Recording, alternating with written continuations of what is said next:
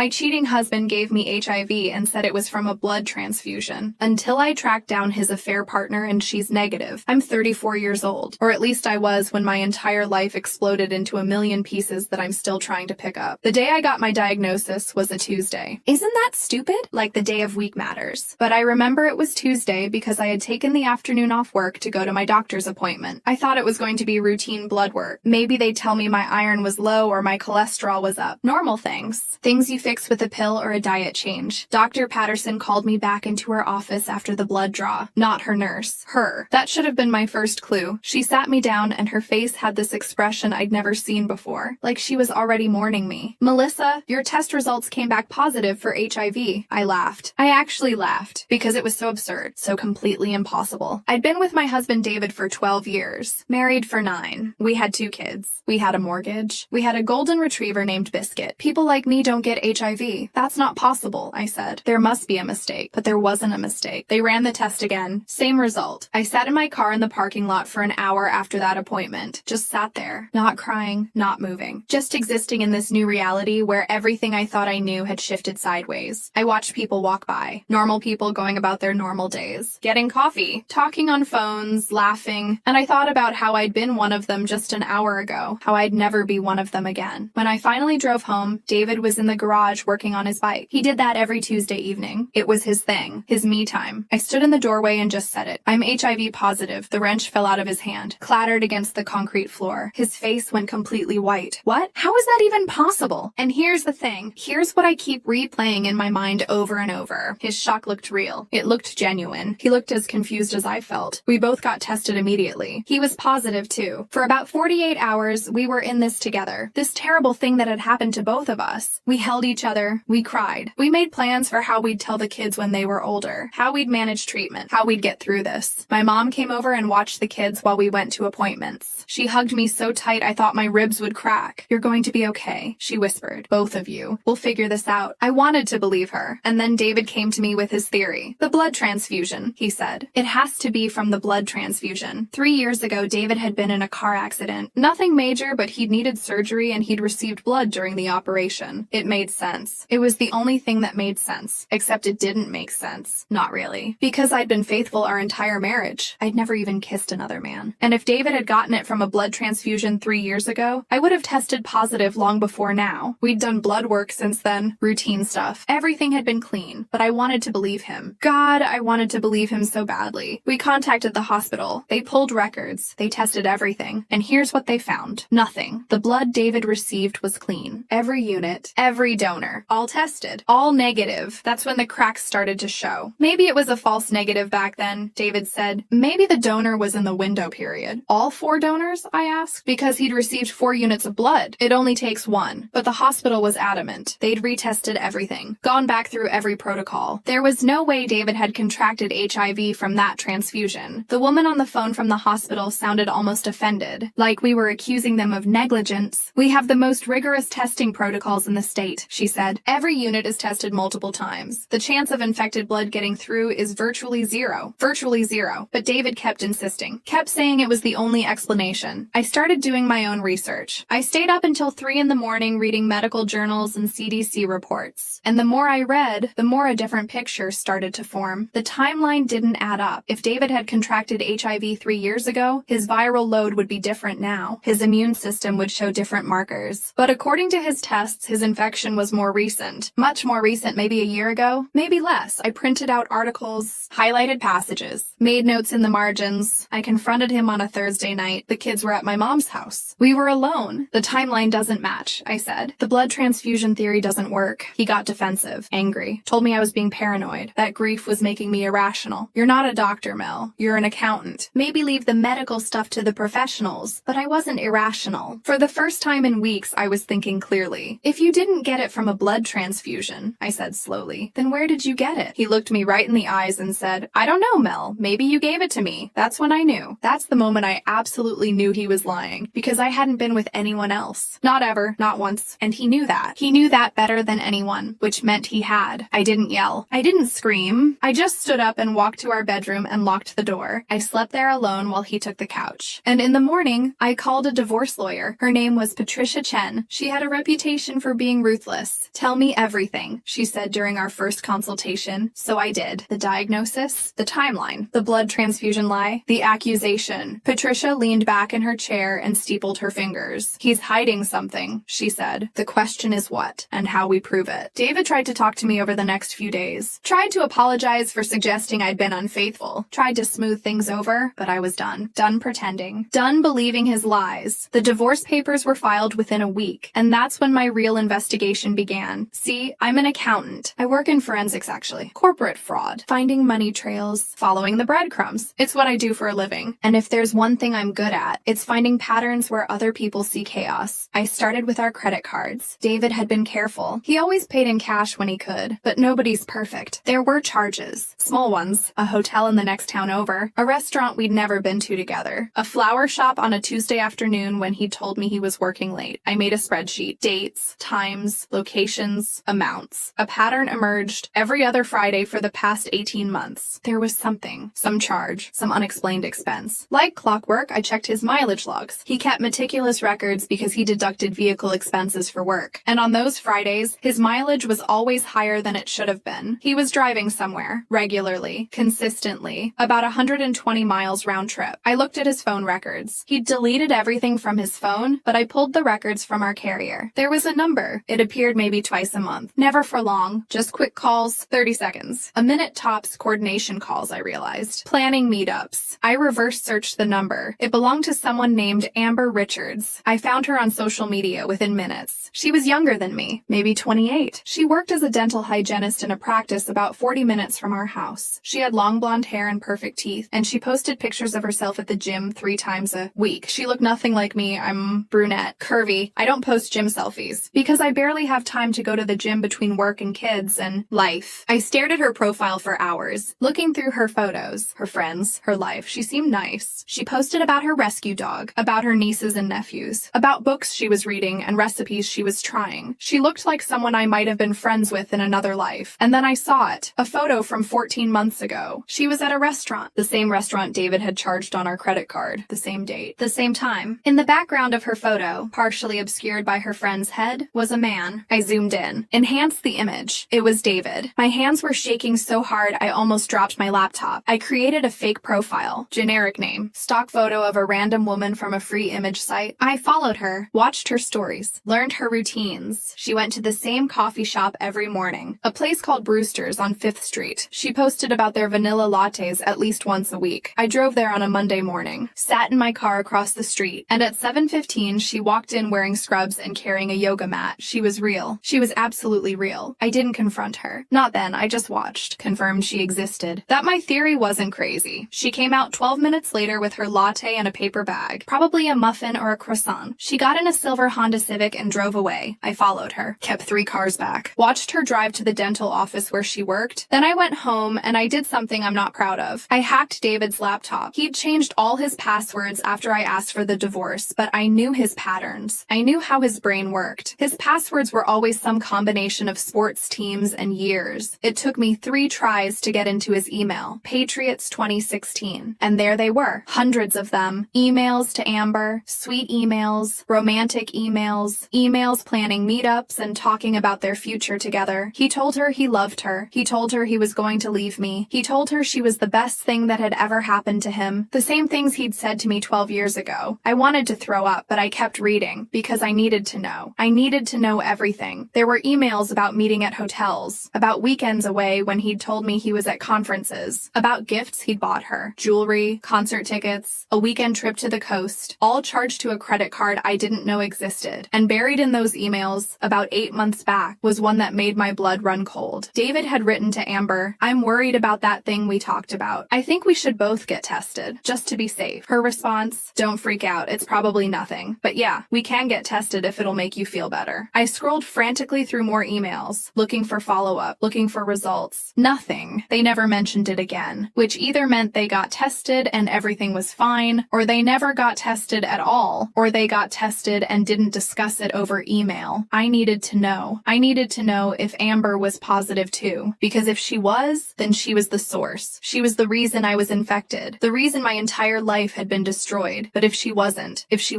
then where did David get it? I sat with that question for 3 days. days. Barely ate, barely slept. Just turned it over and over in my mind. My best friend Jessica came over, brought soup and bread from the bakery I liked. "You look terrible," she said. "Thanks. I'm serious, Mel. When's the last time you ate?" I couldn't remember. She heated up the soup, made me eat, sat with me while I cried. "I just need to understand," I said. "I need to know how this happened. Maybe understanding won't change anything. It'll change everything." And then I did something crazy. I went to Amber's dental office. I called first, made an appointment for a cleaning under a fake name, Jenny Morrison, paid in cash. They had an opening that same week. When I sat in that chair and Amber leaned over me with her little mirror and scraper, I looked right at her. Perfect face, and I said, "Do you know David Hartley?" Her hand froze. The color drained from her cheeks.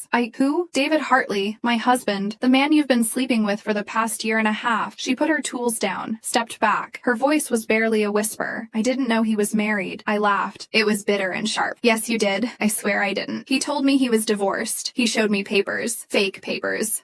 What? I sat up in the chair. "He's not divorced. We're in the middle of divorce proceedings now, but for the last year and a half, we were very much married." She started crying. Right there in the exam room, mascara running down her face. "I'm so sorry," she said. "I didn't know. I would never. I'm not that kind of person." And here's the thing. I believed her. She looked genuinely destroyed, genuinely shocked. "Did he give you HIV?" I asked. Her head snapped up. "What? Did David give you HIV?" No, I'm negative. I got tested 2 months ago. Full panel. Everything came back clean. My brain stuttered to a stop. "You're negative?" "Yes. I get tested every 3 months. I'm very careful about that. It's something I've always done, even in relationships. But that didn't make sense. That didn't make any sense at all. When did you last sleep with him?" 3 weeks ago. Right before he said he needed space. Said things were complicated. I haven't heard from him since. 3 weeks ago. After my diagnosis. After he knew he was positive. He'd still been sleeping with her, putting her at risk, not telling her. I stood up from that dental chair. My legs felt like jelly. "You need to get tested again," I said. "Right away. He's HIV positive," and he gave it to me. Amber's face went gray. She grabbed the counter to steady herself. "But I'm negative. I just got tested." "How is that possible?" "I don't know," I said. "But you need to get tested again. Now. And you should know. He knew. He knew he was positive, and he didn't tell you." She sank into the dental chair, the chair where I'd just been sitting. "Oh my God," she whispered. "Oh my God." I left her there. The receptionist gave me a strange look as I walked out. I probably looked as shell-shocked as I felt. I left the office in a daze, got in my car, drove. None of it made sense. If Amber was negative and I'd been faithful, and the blood transfusion was clean, then where did David contract HIV? There had to be someone else. Someone before Amber, someone he wasn't telling me about. I went back to the credit card statements. Further back this time, 2 years, 3 years, looking for other patterns, other anomalies, and I found them. 3 years ago, before the car accident, there were charges, different patterns, a hotel downtown, always on Wednesday nights, always the same hotel, the Riverside Inn. The charges stopped right after his accident, right after the blood transfusion theory became convenient. I called the hotel, told them I was trying to track down information about my husband's stays there. The woman on the phone was hesitant at first, but I played the wronged wife card hard. Told her I needed closure, needed to understand. She looked up the records. He was a regular, she said. Always booked under his own name. Always room 412. Was he alone? There was a pause. "I can't really say. Privacy and all that." "Please," I said. "I just need to know. My marriage is over. I just need to understand what happened." Another pause. Then quietly, "The room was always booked for 2 people, but I don't know who the other person was. I'm sorry. Someone else. There'd been someone else before Amber." I drove to the Riverside Inn, walked into the lobby. It was nice. Not fancy, but nice. Clean. The kind of place business travelers stay. The kind of place where nobody asks questions. I approached the desk. Different woman than the one I'd spoken to on the phone. "I'm looking for information about a guest who used to stay here regularly. 3 years ago. Always on Wednesdays. Always room 412. She typed on her computer. "I'm sorry, I can't give out information about guests." I pulled out my phone. Showed her a photo of David. "This is my husband. I'm in the process of divorcing him. I'm trying to understand the extent of his affairs." She looked at the photo. Something flickered in her eyes. "I remember him," she said quietly. "He was always very polite, always tipped well. Do you remember who he was with?" She glanced around. The lobby was empty. "I shouldn't be telling you this. Please." She bit her lip. "I don't know a name, but I remember it was always the same person. I remember because it was unusual. Most affairs, you know, they switch partners, but not this one. It was always the same person. Very consistent. Can you describe them?" "I only saw them from a distance a few times. I worked the front desk, not housekeeping, but I think it was a woman. Long dark hair, tall, that's all I remember. Long dark hair, tall. Not much to go on, but it was something. I went back to the phone records, way back, 3 years, looking for patterns. There was a number. It showed up regularly 3 years ago. Then it disappeared completely. Right around the time of David's accident. More coordination calls, more secret meetings. I traced it. It was disconnected now, but I found an old social media account attached to it. A woman named Vanessa Chen. Her last post was from 3 years ago. Moving across the country for a fresh start. New city, new life, new me. She'd moved to Seattle. I found her current profile. She was a nurse now, working in an ER. Her profile picture showed a woman with long dark hair. She was tall. Even sitting down you could tell. This was her. I sent her a message. My name is Melissa Hartley. I think you knew my husband David 3 years ago. I need to talk to you. It's urgent. She responded within an hour. I'm sorry. I don't know anyone named David Hartley. I sent her a photo of David. 5 minutes later. Oh my God. Is that Derek? Derek? He'd used a fake name. Of course he had. Yes, I typed. That's him. I haven't talked to him in years. We dated for about 6 months. It ended badly. Why are you contacting me? My hands were shaking as I typed. Did Derek ever tell you he was HIV positive? The 3 dots appeared and disappeared. Appeared and disappeared. Finally. No, but I need to tell you something. And I don't know if it matters now, but Derek wasn't who he said he was. About a lot of things. What do you mean? I found out near the end of our relationship that he was married. He'd been lying to me the whole time. That's why I ended it. That's why I moved. I couldn't deal with the betrayal, with knowing I'd been the other woman. Did you sleep with him? Yes. Are you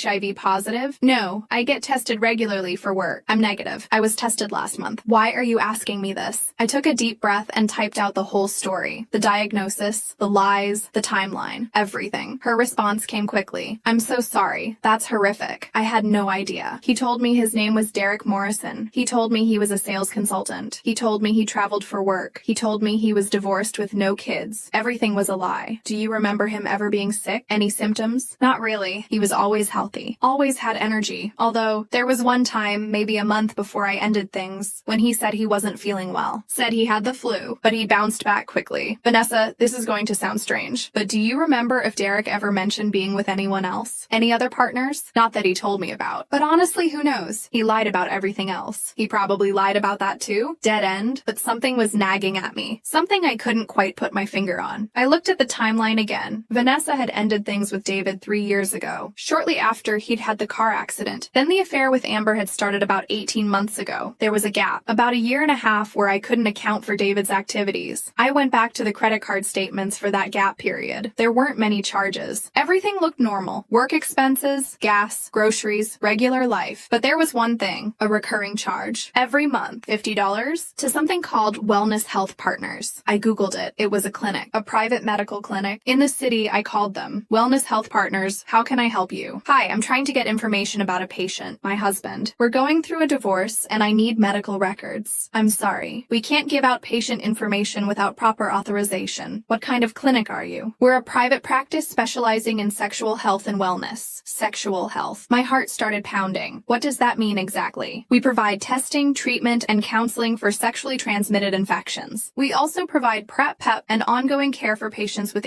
HIV. I hung up. David had been going to an HIV clinic for over a year, making monthly payments. I sat in my kitchen and I tried to make sense of it all. David had cheated with at least 2 women that I knew of, probably more, but both of them were negative, which meant either they got incredibly lucky or David had contracted HIV some other way, some way he wasn't telling anyone about. I called my divorce lawyer, asked if there was any way to force David to disclose his full medical history. Not unless you can prove it's relevant to the divorce proceedings, Patricia said. It's relevant to my health, to my life. He infected me. I need to know where he got it. I understand. Let me see what I can do. She sounded skeptical. Like this was a long shot, but 2 days later she called back. I got his medical records. Everything from the past 5 years. You might want to sit down for this. I sat. 3 years ago, a few months before his car accident, David went to Wellness Health Partners. That's the clinic you mentioned. He was tested for HIV. My heart stopped. And he was positive. He tested positive 3 years ago, Melissa. Before the car accident. Before the blood transfusion excuse. Before Amber. Before you were infected. The room spun. He knew. He knew. And according to these records, he started antiretroviral treatment immediately. But then he stopped going to that clinic after about 14 months. No follow-up appointments. Nothing. Why would he stop treatment? I don't know. But here's the other thing. That clinic clinic specializes in a very specific demographic. What demographic? My lawyer was quiet for a moment. Then, men who have anonymous encounters with other men. The words hung in the air. I couldn't breathe. David had contracted HIV from a man. Not from Amber, not from Vanessa. From a man he'd met anonymously at a clinic that specialized in that community, and he'd known. He'd known for 3 years that he was positive. And then he'd had that convenient car accident and come up with the blood transfusion story, and he'd infected me. He'd infected me knowing full well where he'd gotten it and choosing to lie. I felt like I was going to be sick. Melissa, are you still there? Yeah, I whispered. I'm here. There's more. According to his records, he was counseled extensively about disclosure, about protecting partners, about treatment adherence. He signed documents acknowledging he understood the risks of stopping treatment. He signed documents saying he would disclose his status to all partners, but he didn't. No, he didn't, and there are notes in his file from his counselor expressing concern about his mental state, about his denial, about his refusal to tell his wife. They knew about me. They knew he was married. They encouraged him multiple times to tell you, to get you tested, to use protection until he was undetectable. But according to the notes, he kept saying he couldn't, that it would destroy his family, so he just destroyed it slowly instead. I'm so sorry, Melissa. I hung up the phone and I just sat there, in my kitchen, in the house David and I had bought together, where we'd raised our kids, where we'd built a life, all of it based on lies. Jessica came over that night. I'd called her crying. She brought wine and Thai food and just sat with me while I fell apart. I don't understand, I kept saying. I don't understand how someone does this. How they look at you every day and lie. How they hold you and lie. How they make love to you and lie. Because he's a coward, Jessica said. Because facing the truth was harder than lying. But he infected me. He knew he was positive and he infected me anyway. I know. How do I explain that to our kids? How do I tell them their father did this? I don't know. But you will. When the time comes, you'll find the words. The next morning, I contacted Amber through social media. A simple message. I found out where David got it. We need to talk. She called me within an hour. Tell me everything, she said. So I did. The clinic, the records, the timeline, the lies. She was quiet for a long time. Then, he told me he'd never been with a man. I asked him once early on. He laughed, said he was as straight as they come. He lied about everything else. Why not that too? I got tested again, she said. Still negative. My doctor said I was incredibly lucky, that I should have been infected given how long we were together and how often we,